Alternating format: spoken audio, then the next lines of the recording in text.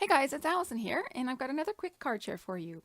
I have this February card kit is still all over my desk, and I had embossed a rectangle of the yellow cardstock yesterday, testing out those two different folders that we got in the kit, but I only made a card with the blue one. So this time I went straight to this yellow embossed piece of cardstock and figured I would just get that stuck down straight away.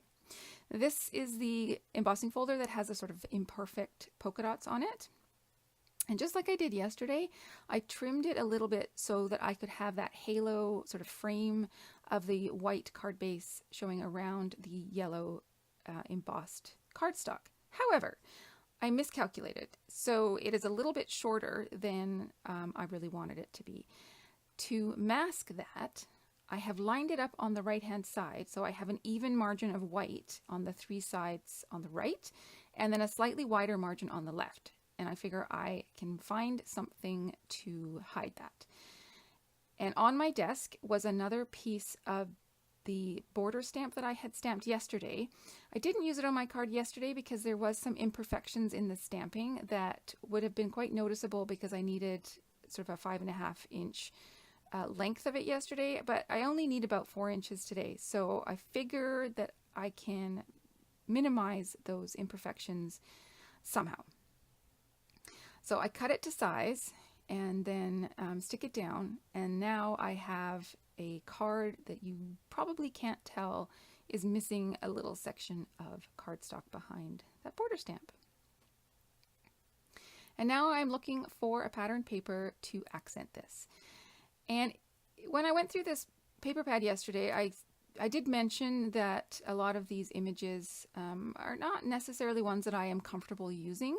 I find them a bit trickier. I love them. They are super cute, but I don't necessarily send out cards that are crafty themed.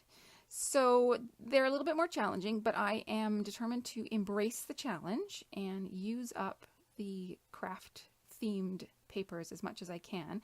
So this one has both scrapbooks on it and cameras and iPhones and a tape dispenser, like all sorts of images that definitely speak to me. So this is the one I'm going to go with first.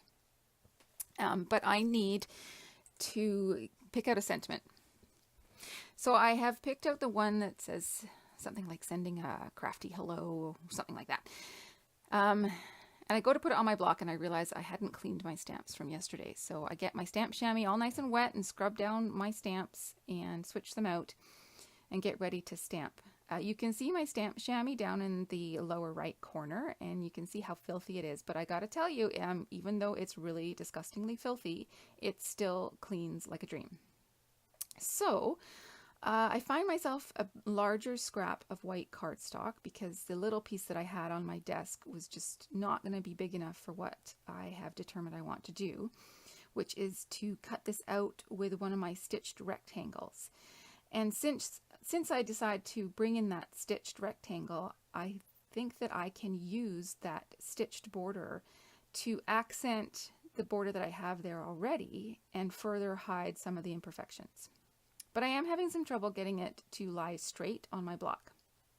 Typically, for larger stamps like this, I will just sort of lay them on my desk, almost throw them, if you will, because I find that if I try and lay them flat and straight, they don't lie flat and straight. They end up having some sort of curve in them, or, they look crooked when I stamp them. But if I sort of throw them down, somehow they line themselves up better. And I don't know if that's just a property of the plastic, but that's what happens for me. But for this one, it is so narrow that I really have to use my hands to try and get it lined up properly. And what I really should have is a block that has like the grids on it, and then I would be able to line it up along one of those grid lines and know that it is going to be perfectly straight. But I don't have that, so I do my best. And I eventually get it stamped on there, and it adds a really nice touch, I think. So I'm just picking the right size of stitched rectangle die, and I pull out my Big Shot and cut it out. And unfortunately, when I pulled out my Big Shot, I knocked my camera and didn't notice that it was facing the entire wrong direction for a good portion of that. So we're skipping ahead. I've got it cut out, and now I'm trying to figure out where I want it placed on this paper. There are a couple of words on the paper that I really want to not highlight, but I want to have visible. One of them says memories and one is create. And I also want to make sure that you can see that this is a scrapbook that they're creating, because I think that that will speak to the people that I'm going to be sending this card to, basically. So now I am putting some dimensional foam tape on the back of that so I can pop it up so this card doesn't feel too flat, and then get it perfectly aligned so that those words and icons are still visible. But now it needs a little bit of something, and I'm trying to figure out what kind of embellishment I want to put on there. And it's not wood veneer. As soon as I put down the wood veneer, I know that that is just not right. And even the little enamel dots, I guess, that came in the kit are just not what I want. And I want something with a bit more color. So I remember I have some Nouveau Crystal dots from a previous card kit in a very similar color. They are turquoise. That's probably not the exact same turquoise as my stamping color, but they will work. So I just do 3 little triangles of dots in a triangle on my card, and that just helps everything come together and adds a different texture. Okay, so there is the finished card. Thank you so much for watching today, and I will be continuing to make cards with this kit, so stay tuned. Thanks, guys. Bye.